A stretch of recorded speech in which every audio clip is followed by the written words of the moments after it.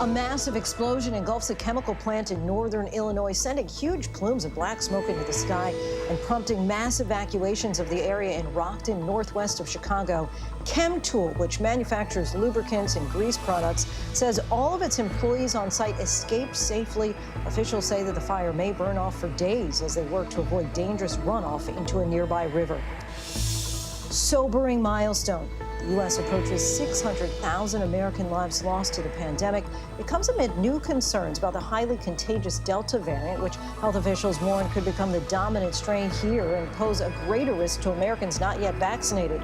All as California, hit hard by COVID, is now on the eve of fully reopening. We speak with one of President Biden's former senior COVID advisors.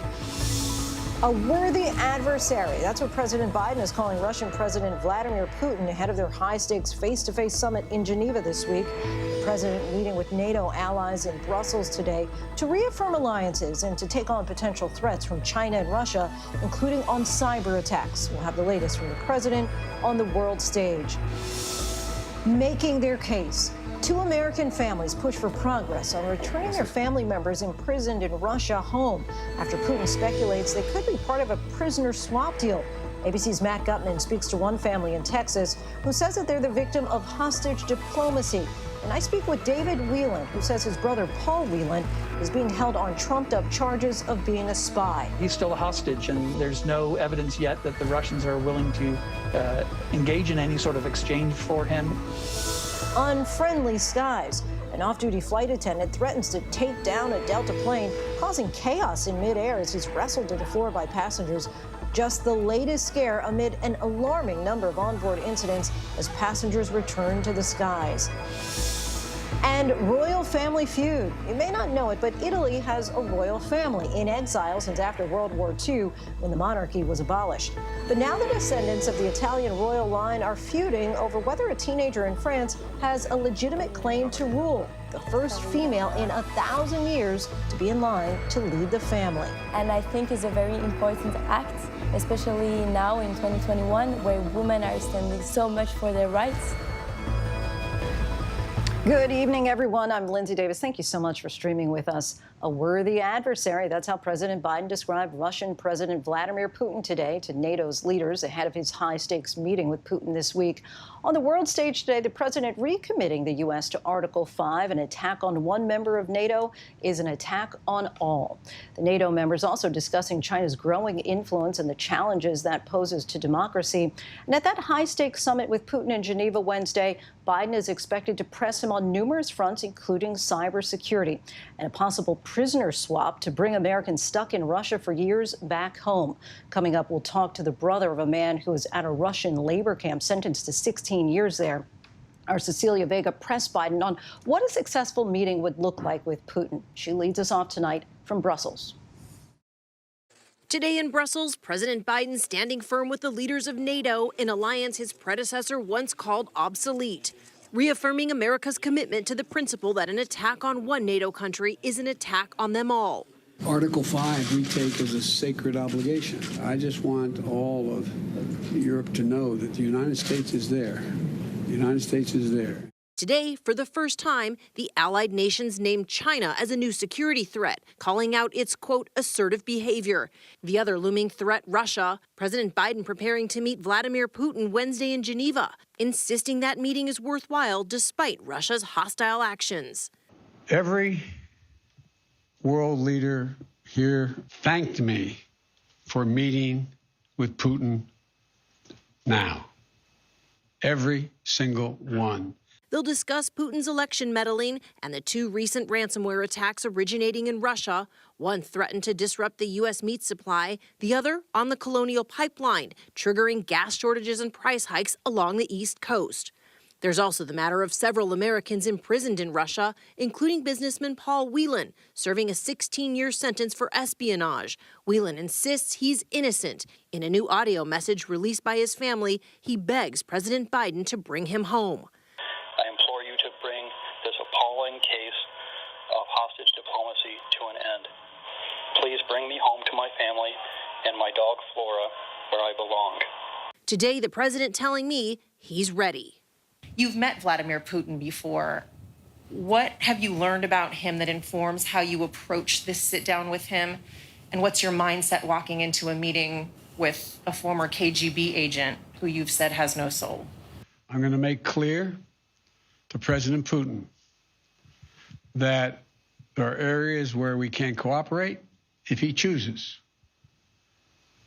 And if he chooses not to cooperate and acts in a way that he has in the past relative to cybersecurity and some other activities, then we will respond. We will respond in kind. I have met with him. He's bright, he's tough, and I have found that he is as they say when he used to play ball, a worthy adversary. Cecilia Vega joins us now from Brussels. And Cecilia, we've learned that we will not see a joint news conference between Biden and Putin. Why does the president say this is the case? Well, and Lindsay, it's actually really unusual to not see the president in a situation like this. Remember back to that shocking moment of President Trump standing next to Vladimir Putin after one of his summits, where President Trump at that time sided with Vladimir Putin over his own intelligence community findings that Russia had meddled in the 2016 election. That was a shocking moment and not unusual to see a president standing side by side after a joint meeting like this. President Biden, he's got his reasons. He says he does not want to turn this into a contest about who can embarrass each other the most. He says he doesn't want this to devolve into questions about whether they shook hands or whether which man spoke the most during this meeting. Lindsay, the president says he's got a message when he walks in there. He's going to be firm. He's going to be straightforward. But he does, in the end, not want to see conflict as one of the outcomes of this meeting on Wednesday. Cecilia Vega reporting in for us from Brussels. While vaccines continue to allow many Americans to return to normal life, the reality is lives are still being lost to this devastating virus. To date, nearly 600,000 people have died in this country because of COVID, a number that just a year ago would have been unimaginable to some. ABC's Stephanie Ramos brings us this report. Tonight, as the nation nears that grim new milestone, some 600,000 Americans killed by COVID, new fears about the highly contagious Delta variant, first identified in India. Officials in the UK today delaying reopening plans, the variant now accounting for 90% of all new cases there. Health experts warning it could cause more severe illness and will soon become the dominant strain in the U.S. Today, President Biden pleading with Americans to get the shot. There's still too many lives being lost. Please get vaccinated as soon as possible. We've had enough pain. Enough pain. While COVID cases are declining across the country, 5 states with vaccination rates below the national average are now seeing increased infections. Frontline workers still fighting the virus, with more than 300 Americans on average dying every day. Those deaths are challenging. They could have been prevented with the vaccine. In Detroit, Holly and Antoine Rivers got COVID as they waited for their chance to get vaccinated in April. It just got worse and worse. And then Antoine, a father of 5, was admitted to the hospital, passing away 1 month later in May. He was the kids' superhero. They love him to pieces. So many families still suffering through this pandemic. Stephanie Ramos joins us now. Stephanie, let's go a little deeper into what we know about this new Delta variant. Any idea on what the latest information is regarding just how effective vaccines are against it? Yes. So, Lindsay, researchers say preliminary data shows that 2 doses of the COVID vaccine work really well against the Delta variant. The Pfizer vaccine, for instance, is set to provide 79% protection against infection from that Delta variant. Lindsay. All right, Stephanie Ramos, our thanks to you. And now overseas, Israeli Prime Minister Benjamin Netanyahu is out after 12 years in office, losing power by just 1 single vote. And tonight, Netanyahu is vowing to bring down Israel's new government. Here's ABC's senior foreign correspondent, Ian Pannell. Tonight, the end of a political era as Israeli Prime Minister Benjamin Netanyahu is finally unseated. Crowds taking to the streets to cheer his demise, but his supporters also coming out chanting, "Bibi, King of Israel." After 4 elections in 2 years, it came down to this, a single vote to oust him. Chaotic scenes in the parliament as Netanyahu's opponents and former allies turned on the man who's led the country for the last 12 years. But old habits die hard. Even when the votes were in, he mistakenly returned to sit in the Prime Minister's chair. His government replaced by an unwieldy coalition of left and right, as well as an Arab Islamist party. The first time that's happened. And the job of Prime Minister will be shared. For the first 2 years, it'll be hardliner Naftali Bennett. President Biden, one of the first to congratulate him, saying he wants to strengthen the close and enduring relationship between our two nations. Biden already extending an olive branch there. We're joined now by Ian Panel. Ian, how did this coalition come together, and what does it mean for Israel's relationship with the U.S.? I mean, it's such a strange coalition in many senses. It's got parties from the left, from the right, religious parties. It's even got an Arab Islamist party as one of the key members of the coalition. It's the first time that has ever happened. And what unites them all? Well, it's their opposition to Benjamin Netanyahu. Remember, Naftali Bennett, who's going to take the first of two-year stretches as Prime Minister, he's a former ally of Benjamin Netanyahu. He used to be very close to the Prime Minister, and then they had their differences, and he went off to set up his own party. So it's opposition to Benjamin Netanyahu, that sense that they've really had enough of his years in office. That's what brought them together. But it's worth stressing, this only just happened just by one single vote. And that shows how fragile this coalition is. And Benjamin Netanyahu's already said, as the new leader of the opposition, that he'll do what he can to try and unseat them. Right, just 59 to 60. And Ian, what does this new government mean for the conflict with Hamas and the peace process? I don't think any immediate change. There is, of course, the possibility, and we saw this in President Biden's message to Naftali Bennett and the new government, a possibility of trying to bring he talks about prosperity, but also trying to reinvigorate the peace process in some way. But Naftali Bennett is more hardline than Benjamin Netanyahu. For example, he believes that the West Bank, Jerusalem, and the Golan Heights are all part of Israel. He's a big supporter of the settlements in the occupied territories. So he alone wouldn't signal any substantial change, any easing of those tensions. He's been outspoken and critical about the decision by Joe Biden to try and go back from the Trump's decision and rejoin the JCPOA, this Iran nuclear deal. So on that side, I'm not so sure there are going to be huge changes. I think the big priority for Israel and Israelis is domestic politics, because they've had 4 elections in 2 years, and that just means that the business of government, just key things like infrastructure, has stopped. So I think that will be a lot of the attention, but it'll be interesting to see, with the new president in the White House, a new prime minister, a new coalition in Israel, will it be possible to try and kickstart some kind of negotiations, some kind of talks, some kind of hope, specifically for the Palestinians in Gaza? Especially with Netanyahu still vowing that he will be back. Ian Panel, our thanks to you. Now to the extreme weather from coast to coast. The dangerous heat spreading across the West. 46 million under heat alerts from California to Montana, and several tropical systems could be brewing tonight as well, along with a severe weather threat here in the Northeast. ABC senior meteorologist Rob Marciano is tracking it all for us. Good evening, Rob. Good evening, Lindsay. We will start with the severe storms in the Northeast. Pennsylvania getting hit hard today with 60-plus mile-per-hour winds. Trees are down and power is out in spots, and that line is now drifting into West Virginia, and the watch itself extends into New Jersey, where the storms are presently just outside of New York City. These watches are up until about 9 o'clock, so still a couple of hours of dangerous storms ahead. Meanwhile, in the West, the heat is expanding. We have excessive heat warnings out now from Southern California into Utah and Montana. Could very well see record highs tomorrow afternoon with a high of 106 in Billings. That is dangerous heat, no doubt about that. But it is not letting up anytime soon. This is a long-duration heat wave with temperatures peaking in some spots Thursday and Friday. So we've got until the weekend, at least, before we get any sort of cooling. Meanwhile, the tropics, we have 3 disturbances. 2 are close to home. A tropical depression just off the coast of North Carolina. That will stay out to sea. But the one in the southwest Gulf, that one is worrisome. This time of year, that is a favorite spot for development. So we're going to have to watch that one closely as we get closer to the weekend. It could develop and very much possibly head towards the U.S. Lindsay? I'm still stuck on that 118 degrees in Phoenix. Wow. All right. Thanks, Rob. Measured in the shade. Measured in the shade, Lindsay. In the shade.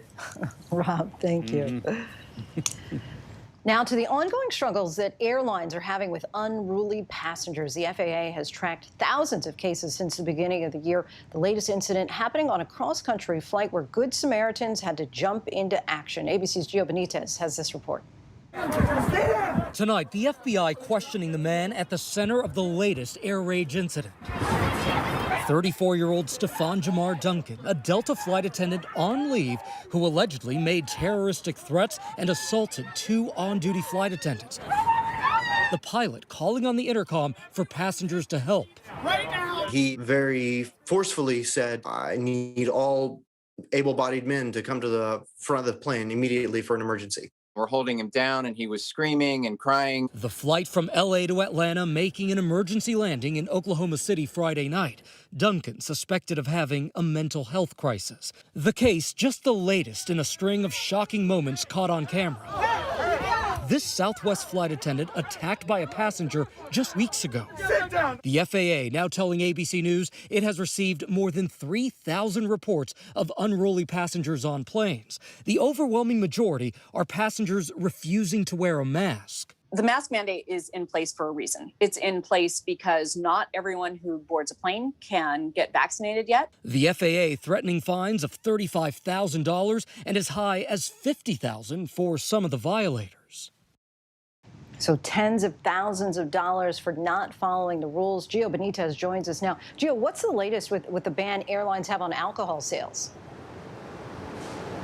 Well, right now, Lindsay, American and Southwest, they are not selling alcohol specifically because of this issue, but no word yet if other airlines will do the same, Lindsay. Wow, people just getting too rowdy up there. Gio, our thanks to you. And when we come back, the harrowing moments caught on camera when a driver interrupted a crowd of protesters in Minneapolis.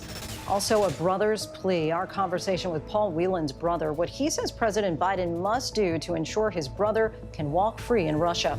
But first, was it an accidental lab leak or the dark side of Mother Nature? Our investigation into the debate over the origins of COVID-19. Stay with us. With so much at stake, so much on the line, more Americans turn here than any other newscast. ABC News World News Tonight with David Muir. We have made it through another week together. America's #1 most watched newscast across all of television. Admit it, these days, what you need to know seems to change just about every day. What is it that you really want to know, need to know? To help you not just get through your day, but to make the most of it. Feel smarter. Feel better. Feel happier. Well, how about a third hour of Good Morning America in the afternoon? GMA 3, what you need to know. Lunchtime at 1 Eastern, 12 Central and Pacific on ABC. It's all about you. Robin Roberts, George Stephanopoulos, Michael Strahan. Wake up with America's #1 most watched morning show. ABC's Good Morning America. The world may feel out of your control, but your happiness doesn't have to be. Learn the secrets to happiness. Listen to the 10% Happier podcast, free on Apple Podcasts. ABC News honored winner for the second straight year with the Edward R. Murrow Award for Overall Excellence in Television. ABC News, America's #1 news source. Friday nights, 9/8 Central. True crime, cinematic, real-life drama, stunning, the unthinkable. Follow the clues. The Hunt. True Crime 2020. Friday nights, 9/8 Central on ABC. The reality is our country can collapse from within.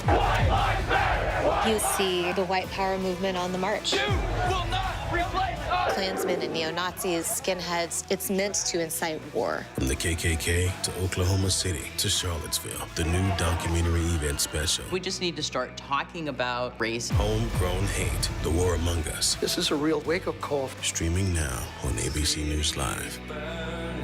Right now, after this year, how can we come together, lift each other, and celebrate Juneteenth? Well, how about President Obama, happy Juneteenth. Happy Juneteenth to you. Starting with him. A lot of people feel like they've lost hope. How can people get that hope back? And performances by her, Leon Bridges, Chloe Bailey, Jimmy Allen, and so many inspiring surprises. Nothing like this. Friday night, hosted by Leslie Odom Jr. Celebrate Juneteenth. Together we triumph on ABC.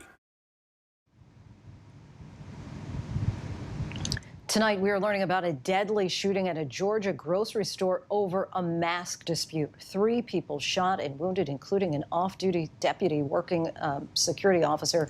Authorities say the suspect shot a cashier, confronting him for not wearing his mask in the store. Sadly, we are learning tonight that that cashier has died. The deputy and suspect wounded each other in a shootout. The deputy is in stable condition tonight in the hospital. And now an ABC News investigation into the origins of COVID-19 as calls grow for answers about how it started and whether it could have leaked from a Chinese lab in Wuhan instead of emerging from Mother Nature. ABC's Terry Moran has this story. The Wuhan Institute of Virology is one of the leading centers of research on bat coronaviruses. For years, the lab has been collecting potentially dangerous viruses, some from an abandoned copper mine in southwestern China.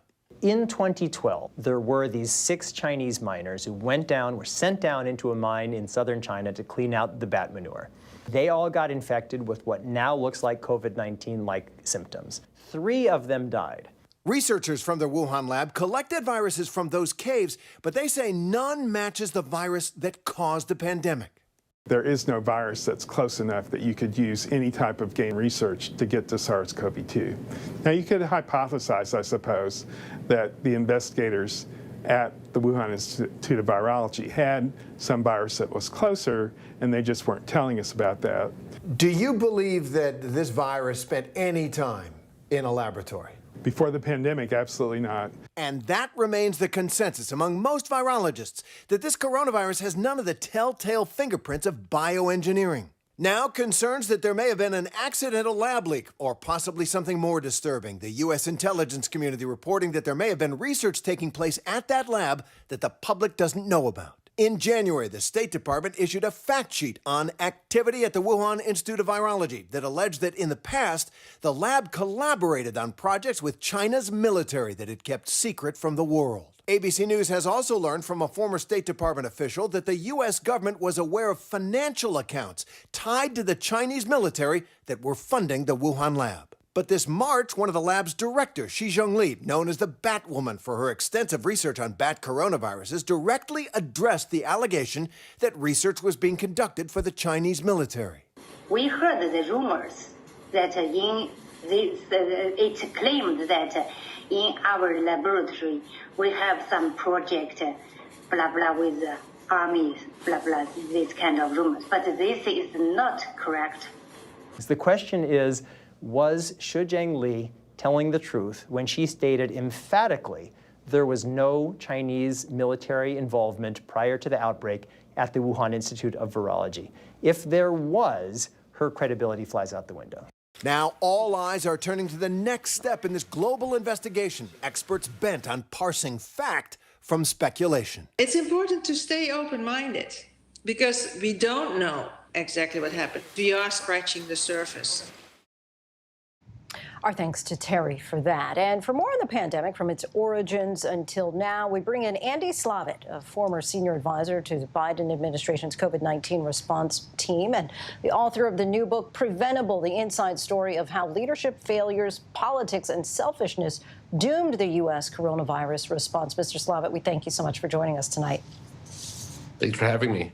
So in your book, you discuss a few different areas where you say the American response to the pandemic failed, including the Trump administration downplaying the virus, top health officials overly worried about pleasing the former president, and even cultural attitudes present in the U.S. that differed from other countries that handled the virus well. Which factor, if any, is the most to blame for the U.S.'s initial struggles with the pandemic, in your opinion?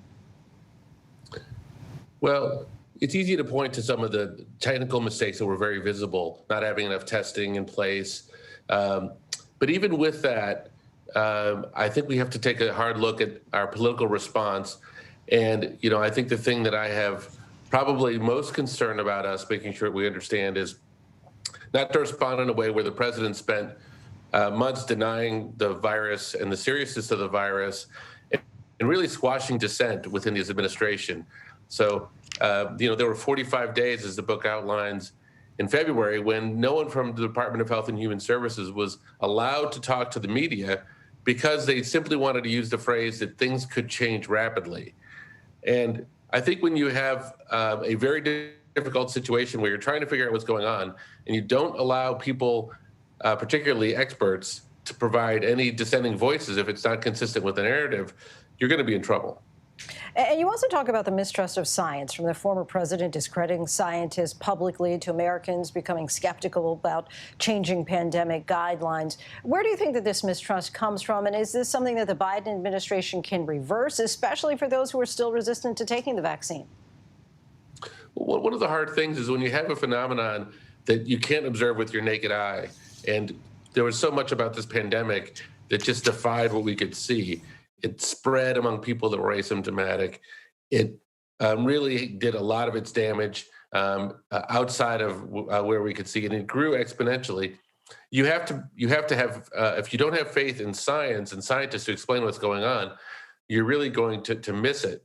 And we had a remarkably low tolerance and would exploit the fact that if a scientist said something that they later had to change, that we would therefore want to say that they were wrong and they didn't know what they were talking about. And a lot of that was just a way of people on social media elevating their own opinions, personalities saying, aha, that person was wrong. Therefore, what I'm saying is right. And I think that kind of lack of respect for people who have been studying these things for a long time is really potentially damaging. And I think some of it was political. Some of it was just purely the lack of trust and expertise that's grown over time.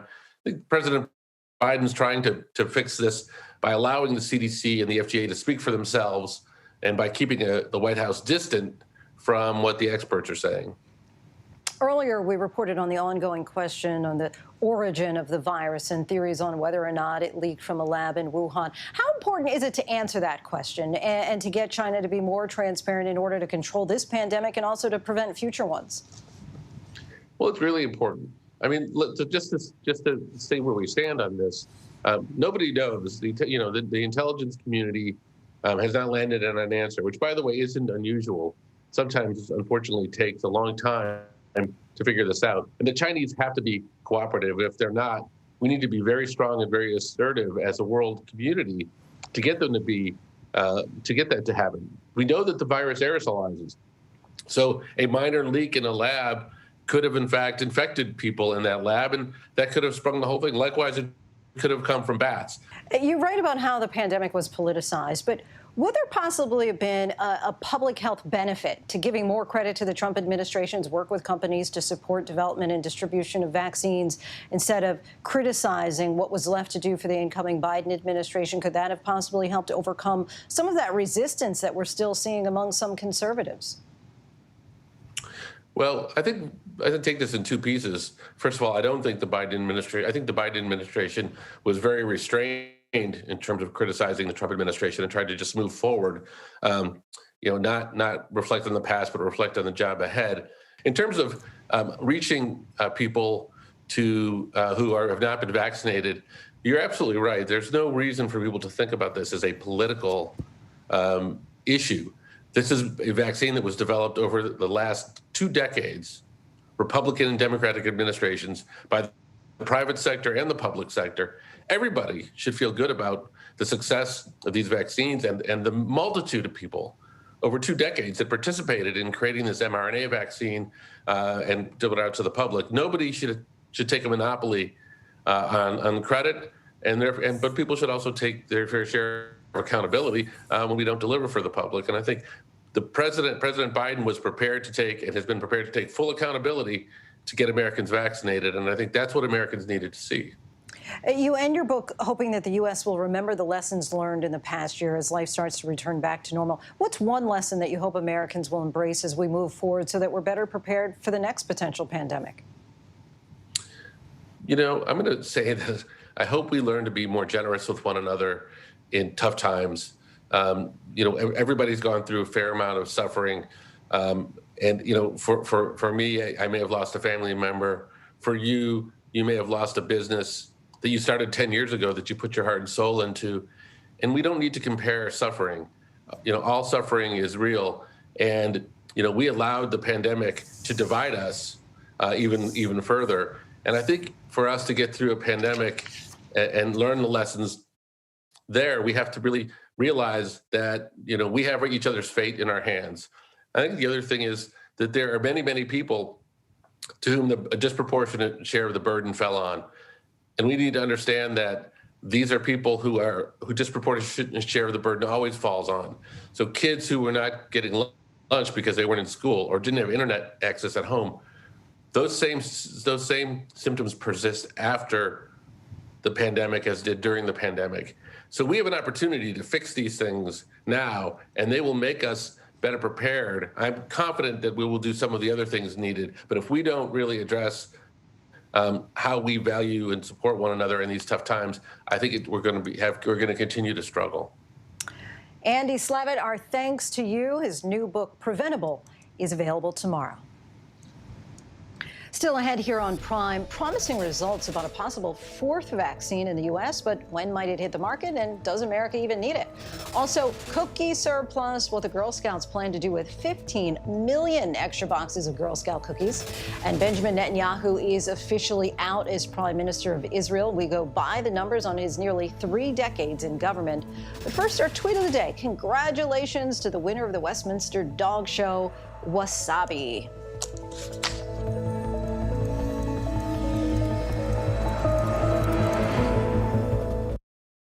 I know what happened, and I'm not guilty. Why the fascination with criminal trials? Figure out what's really out there. She revealed she had murdered his family. I know in my heart that he did this. It's the time of suspicion. The ending's really tough. You don't know whether truth is going to be difficult to find unless you try to find it.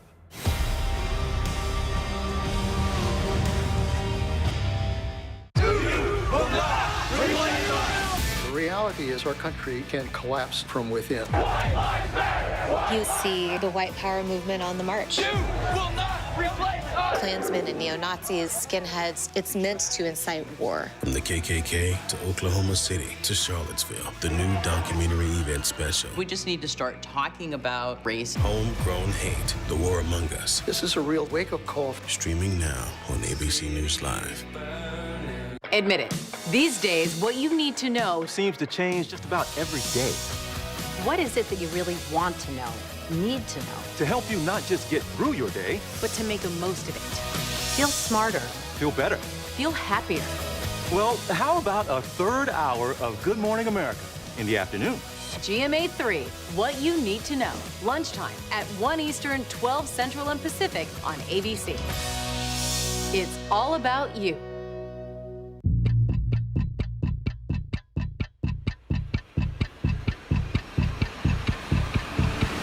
24 hours, assault on the Capitol. The ABC News original, exclusively on Hulu. Now streaming. With so much at stake, so much on the line, more Americans turn here than any other newscast. ABC News World News Tonight with David Muir. We have made it through another week together. America's #1 most watched newscast across all of television. The world may feel out of your control, but your happiness doesn't have to be. Learn the secrets to happiness. Listen to the 10% Happier podcast, free on Apple Podcasts. Robin Roberts, George Stephanopoulos, Michael Strahan. Wake up with America's #1 most watched morning show. ABC's Good Morning America. ABC News honored winner for the 2nd straight year with the Edward R. Murrow Award for Overall Excellence in Television. ABC News, America's #1 news source. Welcome back, everyone. And now to the ouster of Israeli Prime Minister Benjamin Netanyahu, a polarizing figure who seemed politically invincible until now. We take a look by the numbers. For the last 12 years, Netanyahu, also known as Bibi, has led Israel, making him the longest-serving leader in that country's 73-year history. After 4 elections in just 2 years, where the main issue was Bibi, the Knesset took another vote, 60 to 59, to unseat the prime minister. That's after Bibi had survived 3 deadlocked general elections in less than a year and won a record 5th term, even while he was under investigation for corruption charges that he denied. Of course, there's much to say about his long reign, so we'll just stick with this. 4. That's how many Arab countries he made watershed pacts with: the United Arab Emirates, Bahrain, Sudan, and Morocco. But on his watch, there have been 0 lasting peace deals with the Palestinians. And we still have lots to get to here on Prime tonight. The Americans held in Russia, and what comes next ahead of President Biden's high-stakes summit with Russian President Vladimir Putin. Also, a double murder mystery in South Carolina tonight. The mother and son from a prominent family found dead. And she's not your typical teenager. She's the first Italian woman ever able to earn this royal title, but not everyone's happy about it. The Royal Rumble in Italy you probably haven't heard about before. But first, a look at our top trending stories on abcnews.com.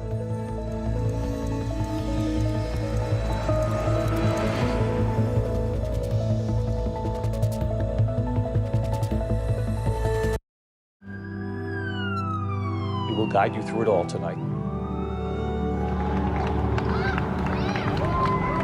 We have made it through another week together. Big hug, Griffin. We tell all our patients how much they are loved. We hold their hands. David, we're showing our love and support for all the ICU staff. They're the heroes in this.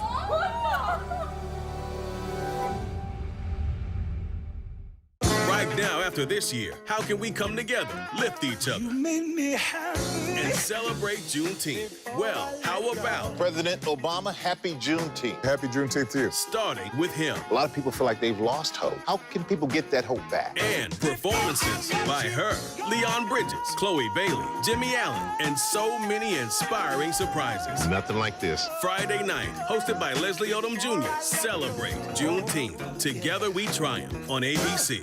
The world may feel out of your control, but your happiness doesn't have to be. Learn the secrets to happiness. Listen to the 10% Happier podcast, free on Apple Podcasts. ABC News honored winner for the second straight year with the Edward R. Murrow Award for Overall Excellence in Television. ABC News, America's #1 news source. This is GMA3, what you need to know. GMA3. A third hour of Good Morning America in the afternoon. It's all about you. Lunchtime on ABC. The reality is our country can collapse from within. You see the white power movement on the march. Klansmen and neo-Nazis, skinheads. It's meant to incite war. From the KKK to Oklahoma City to Charlottesville, the new documentary event special. We just need to start talking about race. Homegrown hate, the war among us. This is a real wake-up call. Streaming now on ABC News Live. Friday nights, 9/8 Central. True crime, cinematic, real-life drama, stunning, the unthinkable. Follow the clues. The Hunt. True crime. 2020. Friday nights, 9/8 Central on ABC.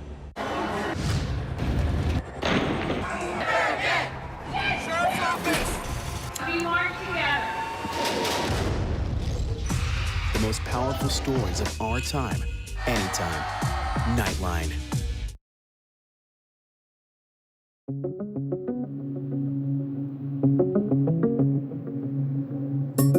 Today in Brussels, President Biden standing firm with the leaders of NATO, reaffirming America's commitment to the principle that an attack on one NATO country is an attack on them all. I just want all of Europe to know that the United States is there. The United States is there. Today, for the first time, the allied nations named China as a new security threat, calling out its, quote, assertive behavior. The other looming threat, Russia, President Biden preparing to meet Vladimir Putin Wednesday in Geneva, insisting that meeting is worthwhile despite Russia's hostile actions. They'll discuss Putin's election meddling and the 2 recent ransomware attacks originating in Russia. One threatened to disrupt the U.S. meat supply, the other on the Colonial Pipeline. There's also the matter of several Americans imprisoned in Russia. I implore you to bring this appalling case of hostage diplomacy to an end. Today, the president telling me he's ready. I'm going to make clear to President Putin that there are areas where we can cooperate if he chooses. And if he chooses not to cooperate and acts in a way that he has in the past relative to cybersecurity and some other activities, then we will respond. He's bright, He's tough, and I have found that he is as they say when you used to play ball, a worthy adversary. And there could soon be a fourth vaccine available in the U.S. The Novavax shot in clinical trials proving to be 100% effective at preventing serious COVID disease. May not make a huge dent here in the U.S., but if you think about global vaccine equity and getting this pandemic under control everywhere, well, they have a stockpile of 350 million doses that could go towards immunizing the globe. That's a very big deal. Emergency use authorization could come in September. The results from the trial were great, very mild side effects. So I think this could be a great vaccine, especially for people that might be concerned about the mRNA vaccines. This is a good alternative, but we still have to wait for data around Delta variant. That's going to be the key to making sure that it protects you from these upcoming variants that we're all concerned about. Who killed two members of one of South Carolina's most prominent legal families? 22-year-old Paul Murdaugh and his 56-year-old mother, Maggie, found shot to death near the dog kennels outside the family's hunting lodge last week. Paul Murdaugh had been awaiting trial, accused of being under the influence in 2019 while crashing a boat, killing 19-year-old passenger Mallory Beach. Murdaugh had pleaded not guilty in the case. Her family devastated. There's moments that we have that things remind us of Mallory, and we break down at times. Like, that's normal. That's part of the grieving process. I never knew what it would be like to go through something like this. One person is dead and 3 injured after a vehicle drove into a group of protesters in Minneapolis. Police say the protesters pulled the driver out of the vehicle, officers arriving and taking him into custody. The driver's motive isn't known. Police say a preliminary investigation indicates drugs or alcohol could have been a contributing factor. Thin Mints, Samoas, and Do-si-dos piling up during the pandemic. The Girl Scout organization says they've got 15 million unsold boxes. Many Scout troops canceling in-person sales, mainly for safety reasons. A spokesperson says the girls are eager to get back to it next year. The Girl Scouts typically sell around 200 million boxes a year, or about $800 million worth of cookies. I'll take a box of those Thin Mints. Welcome back, everyone. As the world awaits the high-stakes summit between President Biden and Russia's Vladimir Putin, the family of one American is hoping this meeting can lead to their son coming home. Trevor Reed is a former U.S. Marine who was sentenced to 9 years in a Russian prison colony. His parents are open to any deal that will get their son home, as Putin has said that he's open to discussing a prisoner swap. ABC's Matt Gutman is in Texas and spoke to Trevor's parents. Tonight, Vladimir Putin's new signal that he's willing to talk about a potential prisoner swap is giving the anguished parents of a former Marine held in Russia what they haven't had in years, a sliver of hope. So now that Putin is talking about a prisoner swap and that there is this possibility in the air, does that give you a sliver of hope? Absolutely. Yes, we think this is our best chance right now to make it happen, is what's happening right now with the summit. They say their son Trevor, who helped secure Camp David during President Obama's tenure, is a victim of politics, what's being called hostage diplomacy, that yellow ribbon out front of their Texas home. Reed was arrested in 2019 after a drunken night in Moscow. Putin, in a new interview, calling him a troublemaker. Your guy, the Marine, he's just a drunk and a troublemaker. As they say here, he got himself based on vodka and started a fight. Among other things, he hit a cop. But the U.S. says those allegations are a lie and the trial a sham. Reed pleading his case from that cage in court. This is clearly political.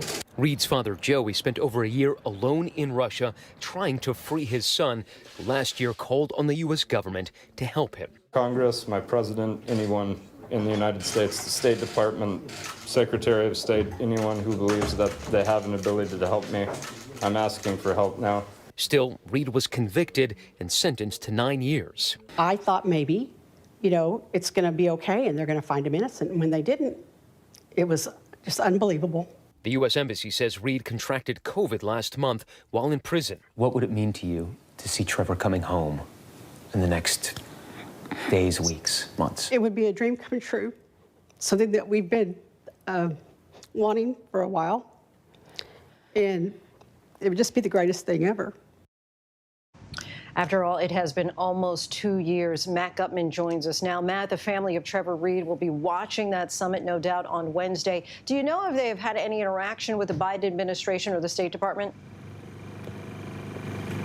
They've had a lot of interaction with the State Department, Lindsay, and lately, and especially Secretary of State Blinken have been saying that Trevor's release is a priority. It will be on the agenda in that Putin-Biden summit. They will be talking about it. The question is, what kind of deal are both of these sides willing to get to? So we know that the Russians want some sort of prisoner swap, but is President Biden going to go for that? That is the unknown at this point, and the family says that right now there's no guarantee that Trevor will be released in a prisoner swap or that he will get any early release at all. Lindsay? All right, Matt Gutman, our thanks to you. And tonight we are joined by David Wieland. He's the brother of Paul Wieland, one of those Americans imprisoned in Russia. Mr. Wieland, thank you so much for your time tonight. Thanks for having me on. What can you tell us about how your brother is doing and the conditions of his imprisonment? He's in a labor camp in the center of Russia. It's about 8 hours from Moscow by car. And he works on clothes. He manufactures clothes with other prisoners, which are sold in the commercial Russian market. He's been suffering from a respiratory ailment of some sort and also has injured his arm through the repetitive work of cutting strings off of these commercial clothes. How often are you able to communicate with him? I haven't spoken to him since October 2018, but he has been able to speak to our parents. Those are the only people he's able to speak to right now other than U.S. Embassy staff. And it's through them that we hear about his day-to-day life and how he's doing. The Biden administration says freeing your brother is a priority, and the Kremlin is signaling that they're open to so-called hostage diplomacy. How hopeful are you that your brother might be released, and when do you think that that might happen? I'm always hopeful that he'll be released, but I don't have any idea what the timeline might be. The Biden administration has been very outspoken about Paul's case, and we've appreciated that as a family. It's given us hope, and it has given him hope in the middle of Mordovia. But he's still a hostage, and there's no evidence yet that the Russians are willing to engage in any sort of exchange for him. They said last week, the Russian government did, that they would not consider Paul for exchange. So it's very difficult to know when his hostage situation will come to an end. And you know, when we talk about the word hostage, do you have any sense of just how perhaps cruel or unusual the punishment might be that he's dealing with day to day? I think it's unjust to take someone who hasn't committed any crime and to put them in a prison. I just think as a fundamental point of fairness, any country that has the rule of law, any country that cares about human rights wouldn't do that. And that's really where Paul has been. As of June 15th, he will have spent 900 days as a hostage of the Russian government. Your family just released this recording of your brother Paul from May 30th. Let's take a listen. President Biden, after 30 months of being wrongfully detained by the Russian government, which is twice as long as American citizens were held hostage in Tehran, I implore you to bring this appalling case of hostage diplomacy to an end. I remain innocent. Please bring me home to my family and my dog Flora, where I belong. Missing his dog, Flora. What do you hope that this message might accomplish? It serves two purposes, really. Paul, by recording it and actually speaking it over the phone while my parents held a recording device up to the speakerphone, it shows that he is still being strong and trying to fight mentally against this imprisonment. And on the other hand, I think it is a personal statement to President Biden that if the State Department wasn't already sufficiently engaged, if President Biden wasn't already sufficiently concerned about an American who is arbitrarily detained by the Russian government, that perhaps this direct message would help. Do you have any concerns about retaliation from the Russians? Absolutely. He gave an interview to an American media platform and immediately afterwards lost some of his phone privileges. So we're concerned that he will have retaliation either in having phone calls to our parents cut off or to be put into solitary inside the labor camp. If there is a prisoner swap, your brother and Trevor Reed in exchange for the release of an arms dealer and others, do you think that that could set a dangerous precedent, perhaps create an incentive for Russians to imprison more Americans? Absolutely. I think that's a very bad precedent to set. And unfortunately, it's a predicament that it's very difficult if it's your citizens who are the tourists or the hapless who are caught up in that situation, because no country wants to be in the position of having to trade or having to consider trading arms dealers and drug traffickers for their innocent citizens. But I think arbitrary detention is on the rise, and Russia is not the only country who will do it.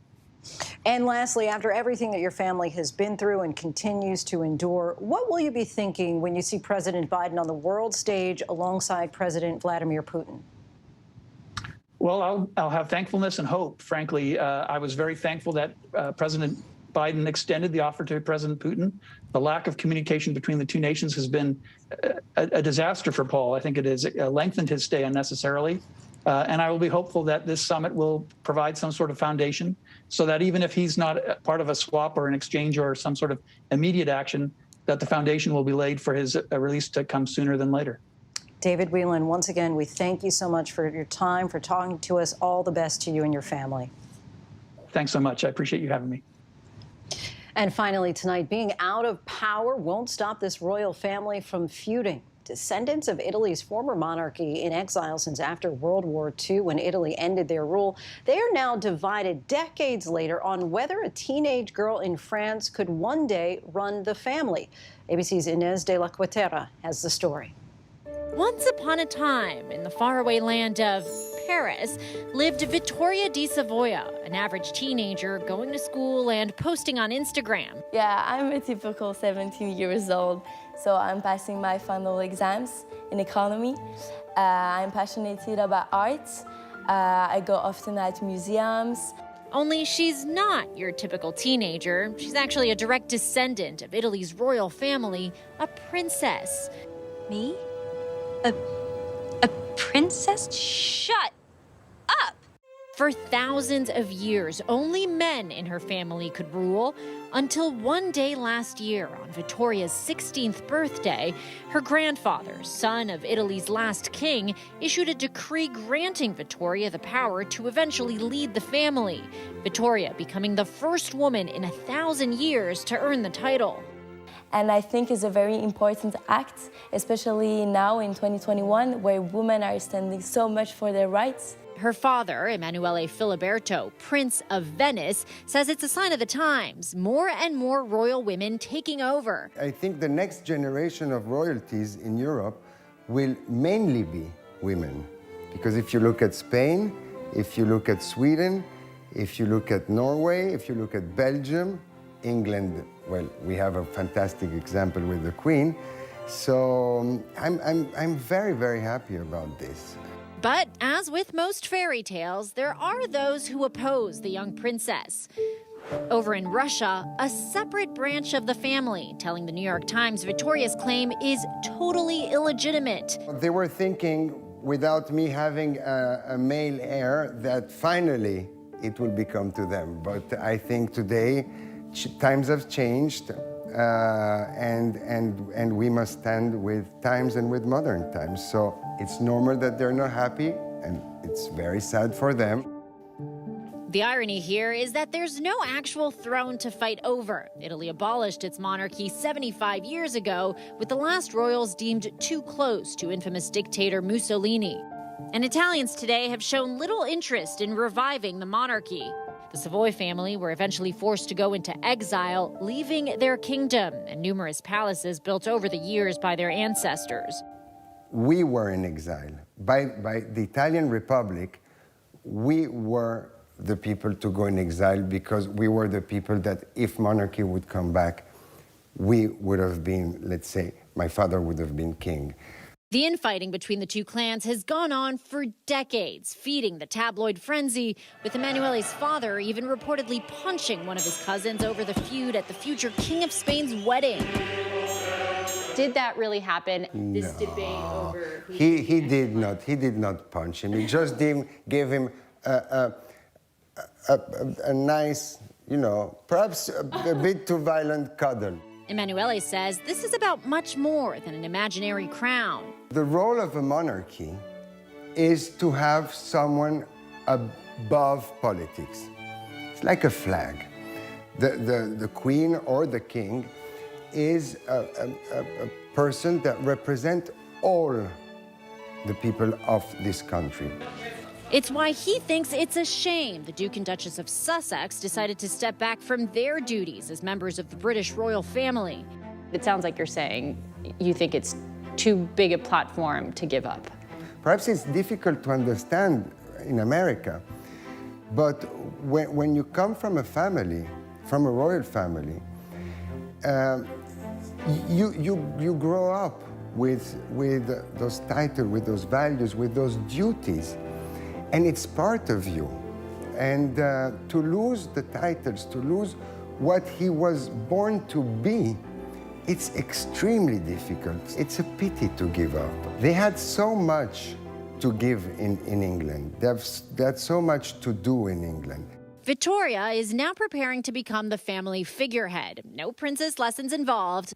And place the hands gracefully on the knees. I feel and I know that I have big responsibilities, and I'm preparing myself for it.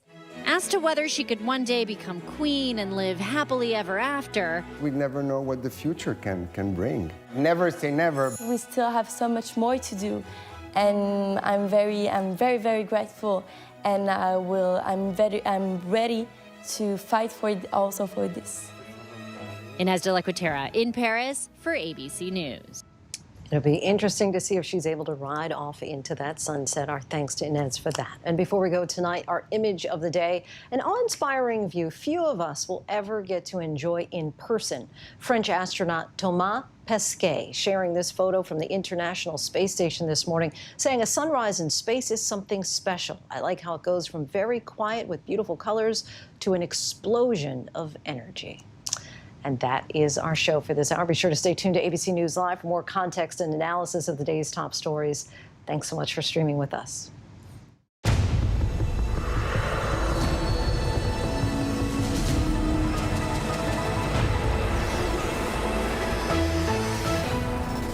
Coming up in the next hour, we're staying on top of several things. Questions tonight about a possible nuclear leak in China, what we know and what could be at risk. And as more companies consider reopening, the Americans saying goodbye to the 9-to-5 lifestyle.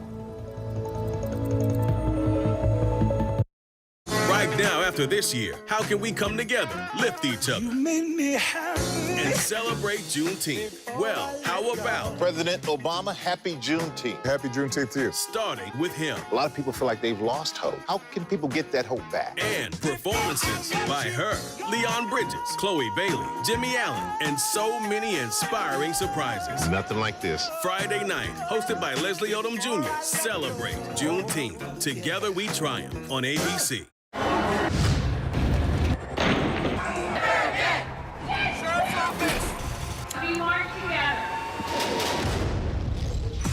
The most powerful stories of our time, anytime. Nightline. Friday nights, 9/8 Central. True crime, cinematic, real-life drama, stunning, the unthinkable. Follow the clues. The Hunt. True crime. 2020. Friday nights, 9/8 Central on ABC. In Australia, where I live, we've just had the worst spate of fatal shark encounters in a century. As someone who loves sharks and being in the water, why do you think they're coming closer to shores? I want to find out if we can live together without doing each other harm. Coexisting is really important. I couldn't agree with you more. They will come close. Don't make sharp movements. Should I be nervous? Oh, wow. The biggest Shark Fest ever begins with the premiere of Shark Beach with Chris Hemsworth, Monday, July 5th at 9 on National Geographic. Admit it, these days, what you need to know seems to change just about every day. What is it that you really want to know, need to know? To help you not just get through your day, but to make the most of it. Feel smarter. Feel better. Feel happier. Well, how about a third hour of Good Morning America in the afternoon? GMA 3, what you need to know. Lunchtime at 1 Eastern, 12 Central and Pacific on ABC. It's all about you. I know what happened, and I'm not guilty. Why the fascination with criminal trials? Figure out what's really out there. She revealed she had murdered his family. I know in my heart they did this. It's the time of suspicion. The ending's really tough. You don't know whether truth is going to be difficult to find unless you try to find it.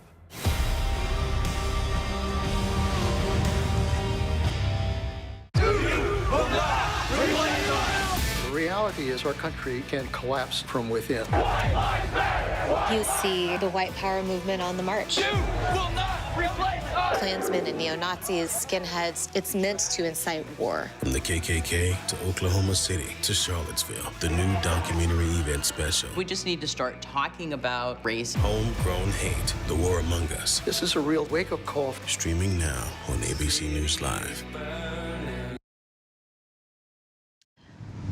Hey, good evening, everyone. I'm Lindsay Davis. Thanks so much for streaming with us. We're monitoring several developments here at ABC News at this hour. Crude oil has climbed to its highest price in nearly 3 years as the pandemic recedes and global demand soars. U.S. crude oil was more than $71 a barrel on Monday, its highest price since October of 2018. Crude oil prices have risen steadily since the start of the year as businesses reopen and demand for air and auto travel bounce back. As of Monday, U.S. crude oil is about $23 a barrel more expensive than it was in January. Meanwhile, the national average price of gasoline has also risen for 8 consecutive weeks. At least one person was killed and another was injured when a vehicle plowed into a group of protesters in Minneapolis last night. The Minneapolis Police Department said its officers were monitoring a demonstration in the area when a car drove into the crowd. After the collision, protesters pulled the suspect from the car and began assaulting him. Police also said the preliminary investigation indicates use of drugs or alcohol by the driver may have been a contributing factor. It is the happiest place on earth, and as of tomorrow, you'll be able to see the smiles on some visitor faces. Walt Disney World announced face masks will be optional for visitors who are vaccinated. The park will not require proof of vaccination, but children under the age of 12 who still don't qualify for the vaccine will have to continue masking up. All guests will also be required to wear face coverings on buses, monorails, and Disney Skyliner, the resort's aerial gondola. The Walt Disney Company is the parent company of ABC News. Now to the latest on the coronavirus pandemic. Today marks 6 months since the COVID vaccine rollout began with healthcare workers. Since then, more than 173 million Americans have received at least one dose, according to the CDC. That's 62% of the eligible population. And now another vaccine could soon be on the way as much of the country reopens. Here's ABC's Rena Roy. Signs of hope coast to coast as more states and cities reopen. The best days are not behind us, but the best days are ahead of us. Tuesday, California is set to drop mask mandates and social distancing for vaccinated people. Bars and restaurants preparing to open at 100%. The last 18 months has been devastating, and we can't wait for June 15th to come fast enough. Over the weekend, Chicago also lifting capacity limits. Reopening day, 100% capacity. I mean, there's nothing like going to a game at Wrigley Field with everybody here. But still, vaccine hesitancy is a growing concern, with some even taking the issue to court. A Texas judge dismissing a lawsuit from a small percentage of employees with the Houston Methodist Hospital system, resisting the company's mandatory vaccine policy. We have a sacred obligation to keep our patients safe. Every hospital on the planet should be doing this. We think that the policy that's been put in place by Methodist Hospital is illegal. Saturday, around 200 people protested the vaccine mandate implemented by Indiana University Health. Everyone should have their own ability to judge that and decide if it's right for them. As the U.S. prepares to hit another grim milestone, 600,000 dead from the virus, experts warn those who are unvaccinated may help drive another surge, with fears the Delta variant, first discovered in India, could lead to another wave of infections this fall. Our thanks to Rena Roy. A worthy adversary. That's how President Biden described Russian President Vladimir Putin today ahead of his high-stakes meeting with him on Wednesday. The president met with members of NATO today in Brussels, both to reaffirm alliances and discuss the challenges posed by China, as well as the cyber threat ahead of Wednesday's summit. ABC News Chief White House correspondent Cecilia Vega asked Biden what a successful meeting with Putin would look like. Today in Brussels, President Biden standing firm with the leaders of NATO, an alliance his predecessor once called obsolete, reaffirming America's commitment to the principle that an attack on one NATO country is an attack on them all. Article 5 we take as a sacred obligation. I just want all of Europe to know that the United States is there. The United States is there. Today, for the first time, the allied nations named China as a new security threat, calling out its, quote, assertive behavior. The other looming threat, Russia. President Biden preparing to meet Vladimir Putin Wednesday in Geneva. insisting that meeting is worthwhile despite Russia's hostile actions.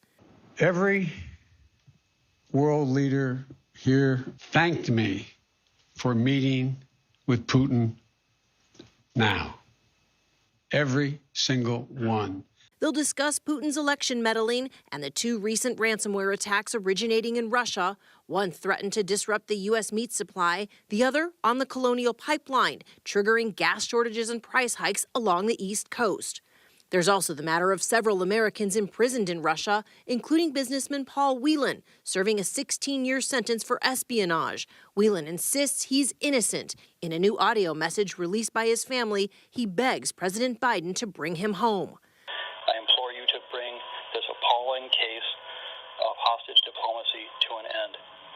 Please bring me home to my family and my dog Flora, where I belong. Today, the president telling me he's ready.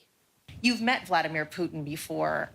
What have you learned about him that informs how you approach this sit down with him? And what's your mindset walking into a meeting with a former KGB agent who you've said has no soul? I'm going to make clear to President Putin that there are areas where we can cooperate if he chooses. And if he chooses not to cooperate and acts in a way that he has in the past relative to cybersecurity and some other activities, then we will respond. We will respond in kind. I have met with him. He's bright, he's tough, and I have found that he is as they say when you used to play ball, a worthy adversary. Our thanks to Cecilia Vega for that. Attorney General Merrick Garland is vowing to strengthen the Justice Department's policies around obtaining lawmakers' records. Garland's statement comes amid news that the DOJ, under former President Trump, subpoenaed data from personal devices of Democratic members of Congress, as well as Trump's White House counsel. ABC's Elizabeth Schulze has more from Washington. The fallout continues from new revelations. The Justice Department under former President Trump took the unusual step of seizing the records of Democratic members of Congress, journalists, and even his own White House counsel. In a statement, Attorney General Merrick Garland responded to the news, saying the DOJ must strengthen its policies around obtaining records of the legislative branch and ensure political considerations do not play a role in the department's decisions. It comes amid new concerns from Democrats that the DOJ became increasingly politicized under the Trump administration. What has happened here are fingerprints of a dictatorship, not a democracy. At issue is a growing list of people Trump criticized who were subpoenaed by the DOJ under Trump. ABC News has confirmed a New York Times report that the department in 2018 subpoenaed records from Apple, belonging to then White House counsel Don McGahn and his wife. Sources also confirmed the DOJ in 2018 seized the records of Democratic Congressman Eric Swalwell and Adam Schiff, who led the House investigation into possible collusion between Russia and President Trump's 2016 campaign. The reason for the DOJ investigation is unclear. And sources say the lawmakers, McGahn, and journalists at the New York Times, Washington Post, and CNN were unaware they were being investigated until Apple informed them last month when a gag order expired. My biggest fear is how much data was asked for, how much data was granted, what was probable cause, what did the package look like that they presented in order to get those subpoenas or to get that data. And now to the Democratic Congresswoman hoping to unseat a big-name Republican in the Senate. Representative Val Demings recently announced that she hopes to take on Republican Senator Marco Rubio of Florida in 2022. ABC's Janae Norman sat down with Demings to talk about her run. When you look at this picture, tell me what goes through your mind. First of all, thanks, Mama. My mother had an amazing ability to see things she had never seen before, right? To dream, to believe. And she instilled that in me. And so there are families all over this country who look just like this. And it's about creating opportunities like this little girl in this photo had.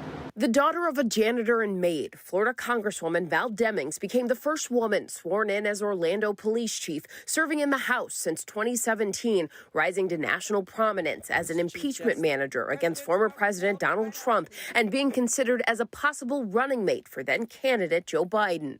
The very first time you even heard an inkling that you would be considered as a running mate for President Biden, what went through your mind? The very first time, it was, wow. It was such an unbelievable moment because this little black girl who grew up in the South, who was called the N-word the first time when she was 4 years old, is now being considered to be the Vice President of the United States.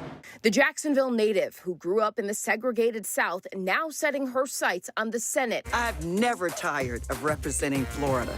Where currently no black women are serving, looking to unseat two-term incumbent Senator Marco Rubio. Rubio, who won re-election in 2016 with 52% of the vote, welcoming the challenge. I'm looking forward to this campaign. Marco Rubio's office accused Democrats of, quote, tripping over themselves in a race to the left to find a candidate who will help advance Nancy Pelosi's socialist agenda. What's your response to that? This is about the people of Florida. Maybe Marco Rubio should take an opportunity to get to know them. But Demings faces an uphill battle. In recent years, Democrats falling short in statewide races. In 2018, Senator Bill Nelson lost to Governor Rick Scott by just 10,000 votes. And Andrew Gillum lost to Ron DeSantis in the gubernatorial race by less than half a percentage point. Not to mention former President Donald Trump winning Florida in both 2016 and 2020. He not only has the governor on his side, but the state's most famous resident, the former president, is also here in Florida and on Marco Rubio's It's not about Marco Rubio, it is about Floridians. It's about those families that I talked about who live in all 67 counties in this state, who deserve to have someone fighting for them when they are having a tough time. I know what a tough fight looks like. I will always do what it is in the best interest of the people of the state that I love and the state that I call home. Florida needs to have a fighter, and Florida can do better. But winning Florida will be a challenge for Democrats who haven't been able to win one key demographic, the diverse Latino population, in a state where Rubio's base in Miami swayed even more to the right in 2020, with Trump winning Cuban Americans and about half of non-Cuban, non-Puerto Rican Latinos. We are going to do something that Florida has never seen before. When you talk about the diversity, look at me. Diversity is our strength. And while we've had some tough losses in our home state, we know that they've been pretty close. They've been losses, but they've really been close losses.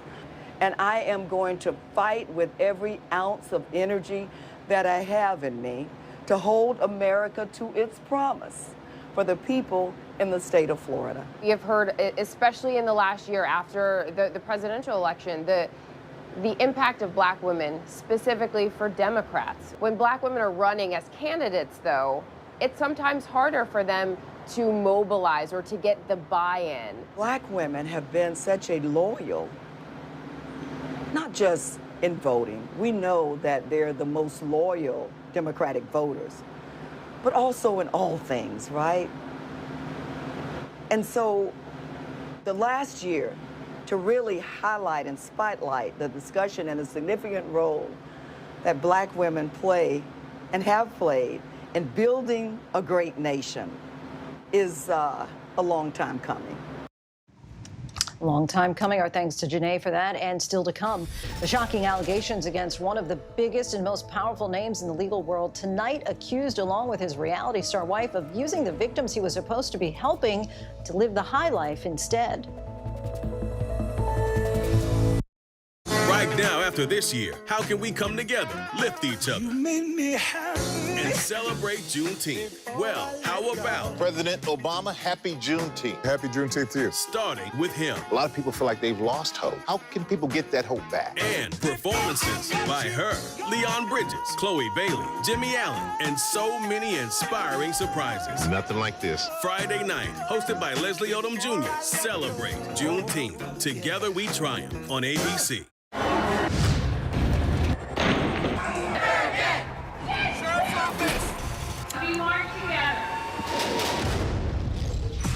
The most powerful stories of our time, anytime. Nightline. Friday nights, 9/8 Central. True crime, cinematic, real-life drama, stunning, the unthinkable. Follow the clues. The Hunt. True crime. 2020. Friday nights, 9/8 Central on ABC. Admit it. These days, what you need to know seems to change just about every day.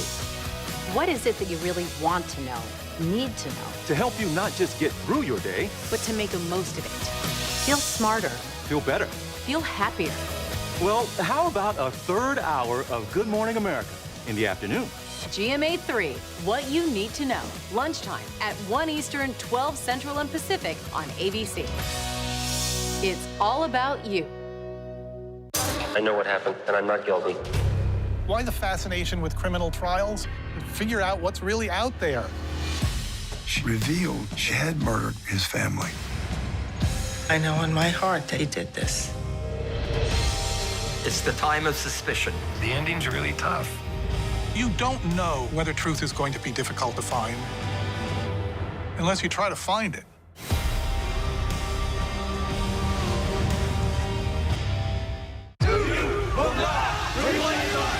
The reality is our country can collapse from within.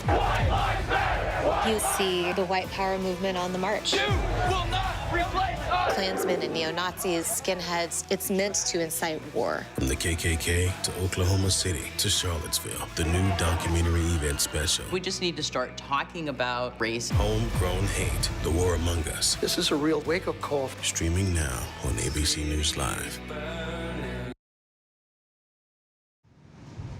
Welcome back, everybody. We are tracking several international headlines at this hour. The trial of the ousted Myanmar leader has officially begun 4 months after a military coup removed her from office. She is charged with owning unlicensed walkie-talkies and violating COVID restrictions. The former head of state is also accused of corruption and of breaking the Official Secrets Act. She will face 2 separate trials. Human rights groups have condemned the trial, calling it an attempt to stop her from running in future elections. The U.S. government has been looking into a leak at a nuclear power plant in China. A French nuclear firm, which co-owns the plant, confirmed that they are working to fix what they are calling a performance issue. Despite the leak, the Biden administration reportedly does not believe the facility is at, quote, a crisis level. 2 Americans have pled guilty to helping a former Nissan boss flee Japan. Carlos Ghosn escaped in 2019, just before his trial. According to the indictment, the 2 helped Ghosn out of his home, then took him to hotels in both Tokyo and Osaka before heading to the airport, where they then hid him in a box to get him past airport security. Ghosn then boarded a private jet to Turkey. Eventually, the former Nissan chairman made his way to Lebanon, where he's a national. That country does not have an extradition treaty with Japan. Ghosn was being accused of financial misconduct.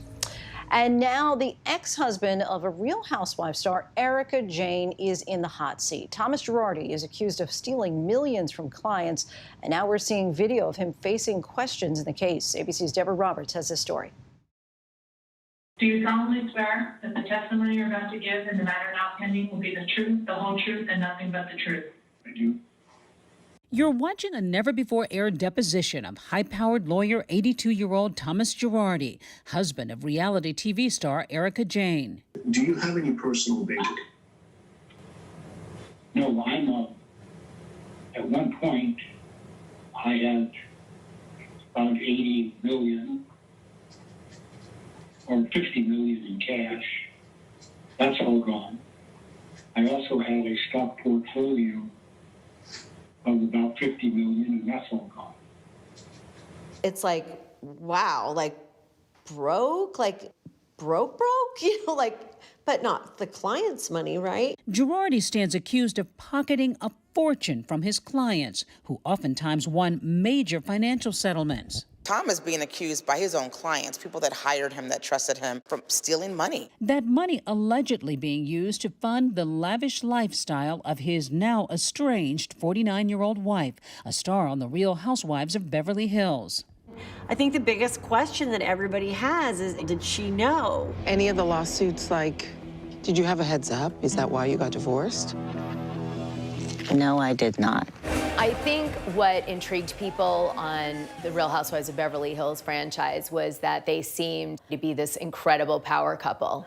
She's hot and beautiful and confident. And then Tom Girardi is this rock star attorney who fights for the little guy, makes hundreds of millions of dollars. Now Girardi's stunning fall from grace, profiled in a new ABC News original documentary on Hulu. It was very disappointing when you find out your lawyer basically robbed you, knowing that he knows everything that I've been through. I just don't get it. Joe Gomez, badly burned in a 2010 gas pipeline explosion, was represented by Girardi, but the family now claiming their lawyers stole millions from their settlement, forcing them to sue Girardi to get it back. Girardi said we were his favorite clients, and I definitely never wanted to be his favorite client, but I definitely want to be the client he never forgets. This mother joining forces with another mom, they say, to expose the truth. I always try to tell people, never underestimate the love of a mother. You want to find something out. Don't call the FBI, call a mom.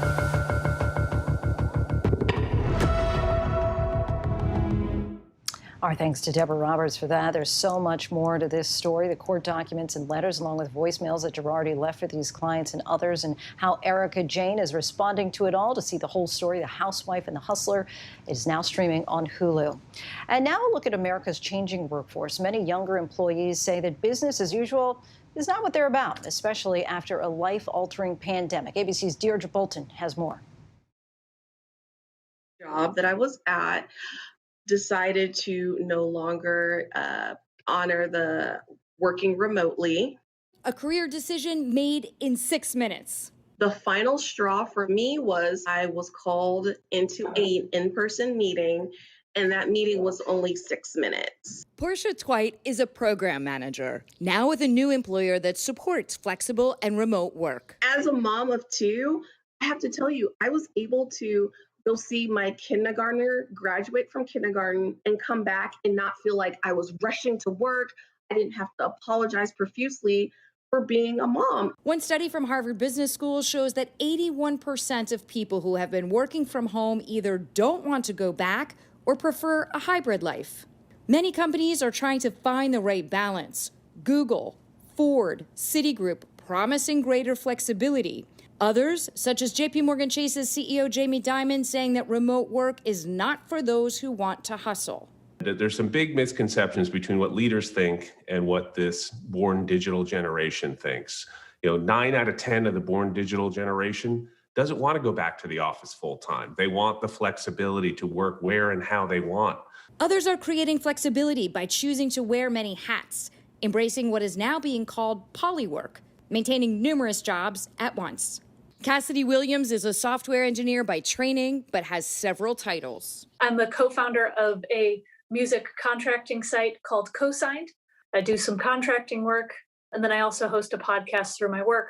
As more workers choose to work from home, they are now able to work several different jobs that are based in different areas throughout the country. I know that we as a culture definitely feel that way, where a lot of our value is derived from the work that we do. But if you do a lot of different kinds of work, that kind of stretches your brain in a lot of different ways. Our thanks to Deirdre for that. And finally tonight, we're remembering one of our own. Our friend and longtime ABC News photographer Jim Cecile has passed away after battling lung cancer. He started in the ABC mailroom back in 1972 and went on to cover some of the biggest events in the U.S. and around the world. 9/11, Hurricane Katrina, the Olympics bombings in Atlanta. He was part of the only news crew inside the 1983 Sing Sing prison uprising, where guards were held hostage by inmates for 2 days. He was there for us in Haiti, covering the devastating earthquake there. His daughter, Caitlin, recently posted, "Every world news event you watched on TV, my dad was there, good or bad. He was in your living room. He came home and we got behind-the-scenes info through his eyes." Our thoughts are certainly with his family and host of friends. On a personal note, I will certainly miss his smile, his stories, and his homemade hot sauce. That is our show for tonight. I'm Lindsay Davis. Thanks so much for streaming with us, and good night.